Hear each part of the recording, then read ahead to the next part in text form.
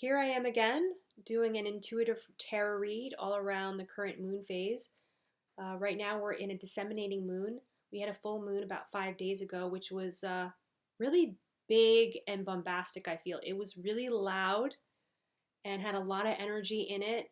There were a lot of significant changes in the larger cycles right now. So Pluto was in the last degrees of Capricorn in the full moon, and now it's moved into Aquarius, which is a big move, starting a new 20-year cycle. Neptune was also in play in the full moon, so we have this, again, larger cycles, outer planets, transpersonal energy happening.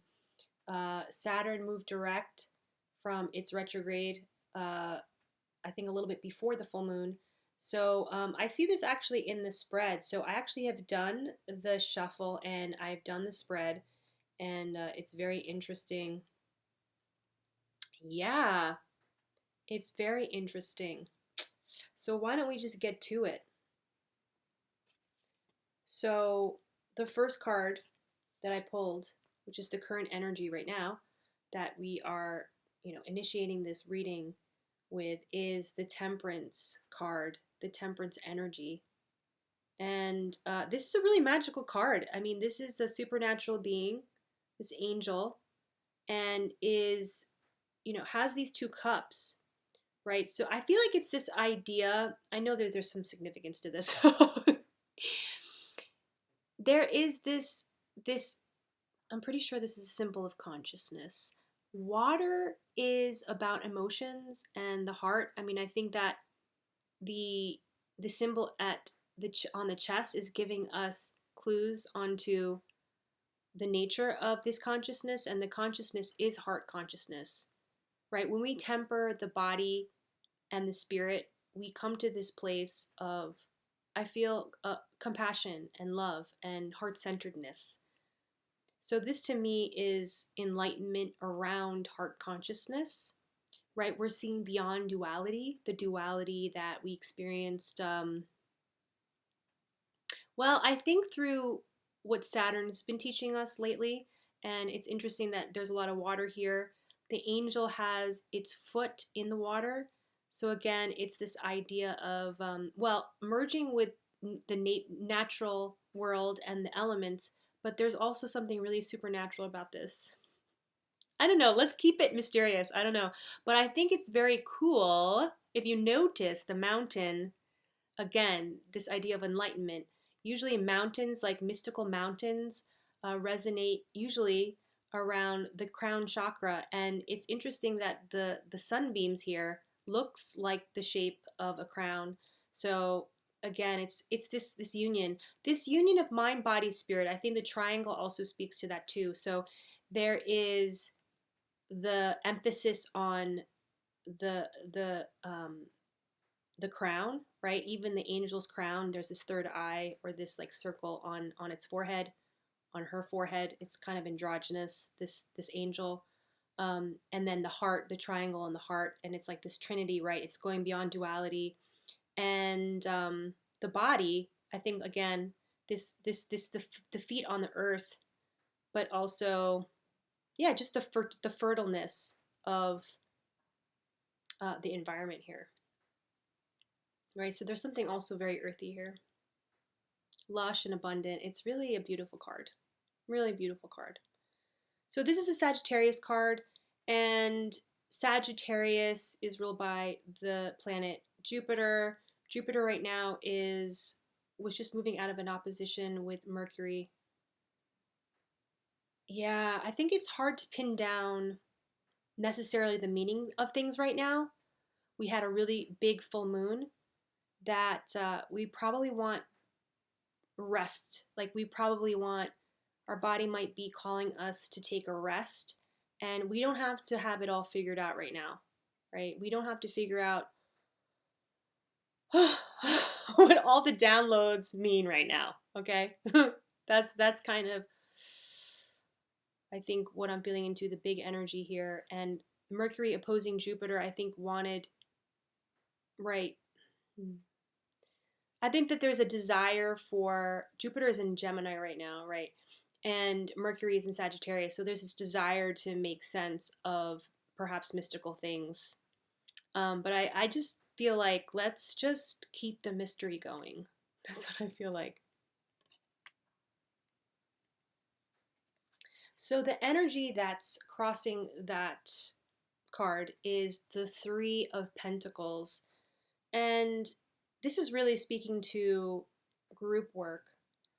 And so Pluto moving out of the sign of Capricorn could be pointing us to more group-oriented work, work that really emphasizes the collective, community, humanity.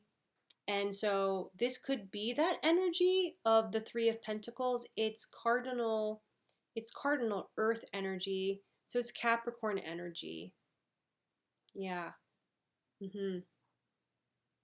Capricorn energy. So yeah, it speaks to work, right? Building.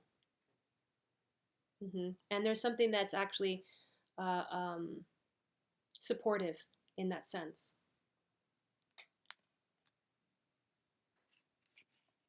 So this is interesting. This is the Jupiter card, Wheel of Fortune. Jupiter, if you look at its glyph, it looks like a 4 for fortune. And, this is basically the Wheel of Fortune. The Wheel of Fortune speaks to the highs and lows. Like, if you're in a state where you are feeling in a lack cycle, don't worry because it's going to come up, right? Don't underestimate the bounce back, right? So the lower you go, the higher you can go, right? It's kind of like the stock market, right? It's like watching the lines of the stock market. Like usually the pattern is like a mirror pattern, right? So it's like you have these dips and then you have like the same peak that happens, right? The inverse. It's like the up and down.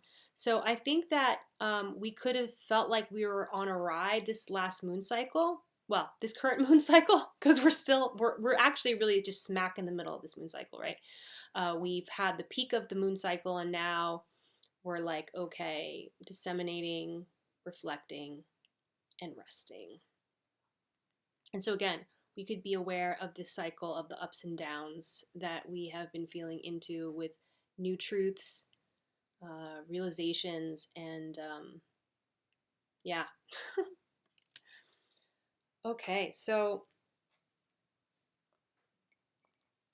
this is a very mystical card. This is what's grounding the energy here. The High Priestess. And this is very Neptunian, and it's I think it's the Pisces card actually. It's one or the other.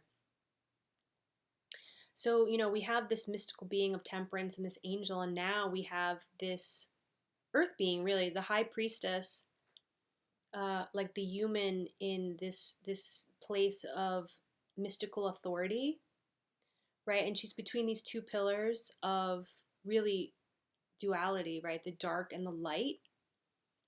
And yeah, this is intuition. And so this is grounding the reading right now, the High Priestess. Yeah, I mean, you could see that her gown actually looks like water, a waterfall, and you have this crescent moon there. The feminine rising, the feminine holding space here in this reading. Beautiful.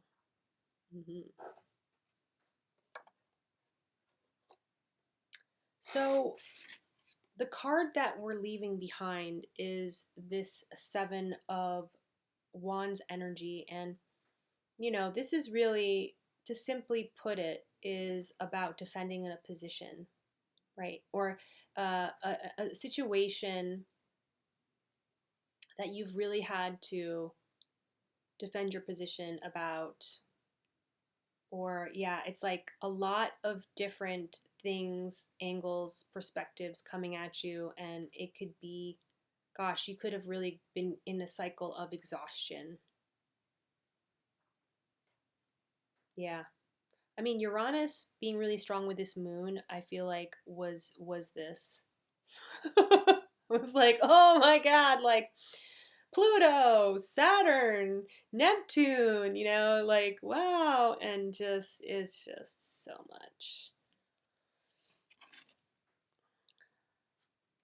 Yeah, to the point where To the point where you could really feel like you've been battered and bruised here. But this is actually a card that speaks to strength. This is Sagittarius energy, again, the moon in Sagittarius. So I think that this is really speaking to the start of the next moon cycle, right? The new moon in Sagittarius is going to be upon us in less than 2 weeks. And I think that we could really be, I think that we should allow ourselves to get in a position, right, to just, I think, kind of give yourself, give yourself credit. You know what I mean? Give yourself credit where credit is due. Okay? That's what I feel about this energy, right? Like, we just gotta celebrate the battles that we've been through, with also the awareness that we have to choose our battles, and we can't win all our battles, and all this, and that we have really gone through a cycle of warriorship here. And actually, this card is actually the Mars in Leo card, and I just realized that Mars is in Leo right now. The moon is in Leo right now as we're disseminating this full moon. And so the beginning of December, in a couple weeks, really, in the beginning of December, Mars is going to be turning retrograde, right? So I think actually we're going to have a new perspective over the battles that we have been choosing, or was that the battles that have chosen us, right? You know, it's interesting when you think about trials and tribulations and dharma, and that, you know, the things that really test you is like an alchemical process. It's alchemy, right? Like, you go through the tension and the battling to be able to be forged into a higher, more pure metal, right? And it goes in stages, right? So I think temperance speaks to that. It's tempered. The temperance, the tempered energy between body and spirit. And really, it's fire that helps the process of going into union with those two opposites, right? I don't want to get too like esoteric here, but I just want you to maybe also think a little bit in more of a detached manner, because also Leo is very much about ego. So being aware of what our egoic drives have been, and maybe we need to also reform and renew what those ego drives are. So after the full moon, we had the sun opposing Uranus, right? So Uranus was with the moon, and then moved into an opposition with the sun. And this is really about letting go of some old egoic drives, right? And so that we can come into more of a closer, purer state, a pure state that's closer to our essence and our truth. Yeah, right? The truth of our being. Because the ego makes us small, right? It actually can contract our development and our expansion, right? I don't know if that makes sense, but that's what's coming through. And so, right, so that's the setup here. And right, so this moon cycle is bringing in a very strong, fiery message, right? And again, it's speaking to this balance. When you see these two, like these three pyramids, it's really a symbol of mind, body, spirit again. And I think that this is running through a lot of this reading right now of balance and the union, right? The yoking, the union of body, mind, spirit. Right, so a message is coming in this moon cycle. It might be not totally clear now, but something might need to be let go of, or declared, some sort of proclamation needs to be made. The next card, I believe, right, the next card is interesting. We got this a few weeks ago. This is the Sun in Scorpio card, right? And it really speaks to a nostalgic feeling, like a deep longing and a deep feeling. And right now the sun is at 29 degrees Scorpio. It's at the last degree before the sun moves into Sagittarius. And so the 29th degree is always about the emphasis of the expression of the sign. And so we can't forget about the passions, the trials of passion that we've been through in this sun in Scorpio period this year. And I think that we need the passion to direct us to where we actually are destined to go, right? If we're talking about the sun, there's a lot of sun energy in this reading, with Leo coming in,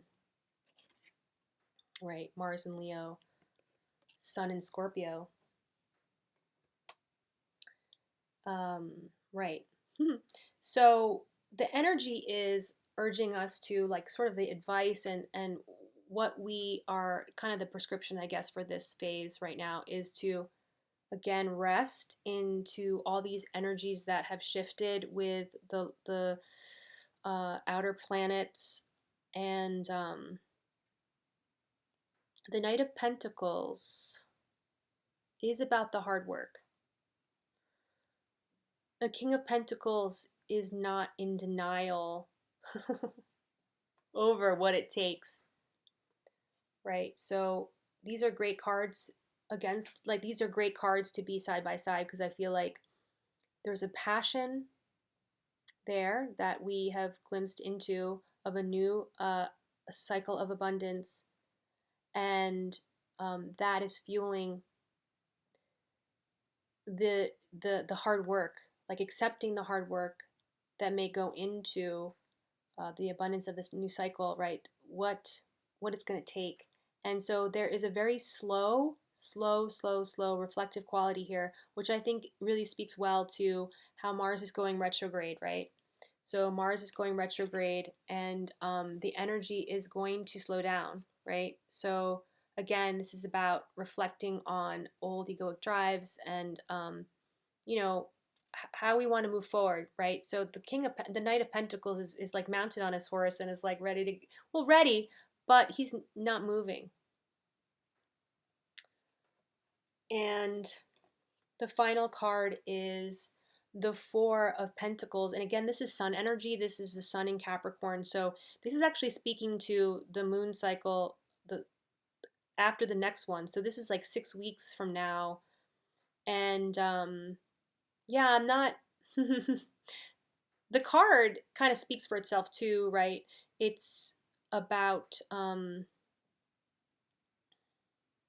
really being mindful of resources, right? So in the extreme, it can look like a hoarding energy and a holding back energy, and maybe that's appropriate, right? It's a way to tell us, it's telling us to conserve, right?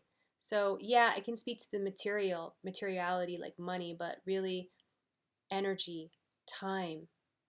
So I think with these cards together, it's really actually maybe bringing in the awareness of, you know, what you're going to leave behind, like the zero fucks you're giving about, you know, XYZ, right? It's like, you know, this is the distraction and the fuckery, right? This is the distraction and the fuckery, and this is really more of the mastery coming in of how we're bringing spirit into matter, right? How we're bringing spirit into matter, right? How we're making union, the union of the spirit and the matter, right? How spirit becomes matter. Understanding that there are the cycles, the Jupiterian cycle, you know? And I think that, you know, this really speaks to experience, right? We just move into the new cycle and are aware that there's going to be ups and downs, but what's going to be generated is wisdom, right? is wisdom, and also knowing when to follow your intuition, when it really is intuition and when it's just distraction and fuckery, right? Okay, so that's what I have for you. What's really interesting too, again, there's this reiteration and reinforcement over the sun, because this was actually at the bottom of the deck. Some people, readers do that, and they see, and this popped out really prominently. Again, this is Leo energy. So we're going to be in this Martian energy of Leo for a while, and I think that's also a big statement here. Mars right now is conjunct the moon. So if you are listening to this really in a timely manner, I'd say tap into a desire. You know, where your desire is, like what this moon cycle has showed you as far as desire, what you want to bring into your life, what new cycles of abundance you want to call in. And you don't need to get too strategic about it. I think that keep in this feeling state. Keep in this feeling state of the Scorpio, what Scorpio has helped you journey through in this moon cycle, right? In this cycle of Scorpio season this year, right? Like try to continue the clear feeling that the Scorpio season has shown you, right? If you've done you've done the emotional work, right? Okay, that's what I have for you. And hope you're moving through the energies with a lot of love, ease, and grace, and really be mindful of the body. You know, we had that full moon in Taurus, and I think that what was coming really strong was really honor the body. Honor the body. There's a lot of high energies coming in with the astrology, and if you follow other, you know, things like grid work and, you know, solar flares and all this type of stuff, I feel like there's a lot to contend with out there, as well as just the collective energy and kind of chaos that is stirring a bit. But there, it's always there. I mean, you know, it's just what we are focused on, right? What are we focused on? We're focused on, I think, our intuition. I love this card. Maybe that's the card to really end on, right? The High Priestess. Because actually, the Taurus full moon was pointing to our bodies, but Taurus is exalted in when it's in the sign, when it is when the moon is in the sign of Taurus, and it's actually speaking how the body is an amazing channel to the divine, actually, which seems kind of counterintuitive and paradoxical, but we separate that too much, right? So back to that. We are living angels. All right, that's the message. We are living angels. Okay, see you next time. See you next time.